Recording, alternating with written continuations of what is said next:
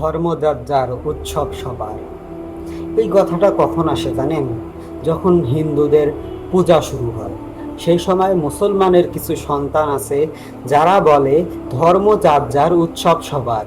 আবার আরেকজন বড় ফতোয়াবাজ আমাদেরকে বলে দিয়ে গিয়েছিল, লাকুম দীনুকুম ওয়ালিয়া দীন, ধর্ম যার যার, উৎসব সবার।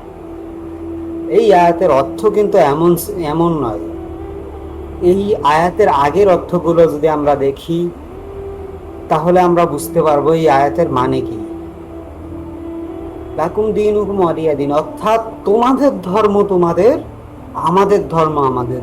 তোমরা যার ইবাদত করো, সূরা কাফিরুনের মধ্যে আল্লাহ তাআলা বলতেছেন যে শোনো হে কাফেররা, তোমরা যার ইবাদত করো, মানে আমরা বলতেছি যে কাফেরদেরকে বলতেছি, তোমরা যার ইবাদত করো আমরা তার ইবাদত করি না, আর আমরা যার ইবাদত করি তোমরা তার ইবাদত করো না।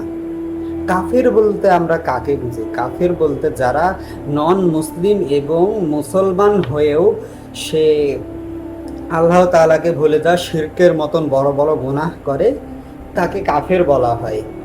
তো আমরা সবাই চেষ্টা করব হিন্দুদের পূজা থেকে বিরত থাকার জন্য। অনেকে পূজার মধ্যে গিয়ে বিভিন্ন জিনিস কেনাকাটা করেন। একবারে যে আমি সরাসরি না জায়েজ বলে দিব অথবা এমনটা কিন্তু নয়। আপনি হিন্দুদের পূজা থেকে কিছু কিনতে পারবেন, কিন্তু আপনি পূজার মধ্যে গিয়ে আপনি আনন্দ মজ মাস্তি করবেন। ধরেন আপনার বাসার আশেপাশে ওই জিনিসটা পাওয়া যায় না, শুধু পূজার সময় ওই জিনিসটা শুধু ওখানে পাওয়া যায়। ধরেন বিভিন্ন ধরনের খেলনা, এই খেলনাটা আমাদের রংপুরে পাওয়া যায় না। ধরেন পূজার মধ্যে বিভিন্ন জেলা থেকে দোকানদাররা আসে, সেভাবে নিয়ে আসে। আপনি যদি চান সাথে সাথে গিয়ে আপনি জিনিসটা কিনে নিয়ে সাথে সাথে চলে আসবেন। ওখানে গিয়ে ওদের ওদের মূর্তির দিকে তাকানো যাবে না, ওদের মূর্তির সামনে দাঁড়িয়ে থাকা যাবে না, অথবা ওখানে চিল্লা পিল্লা। এখন তো মুসলমানের সন্তানরাই বেশি আর কি পূজার মধ্যে গিয়ে এরকম আনন্দ উল্লাস করে।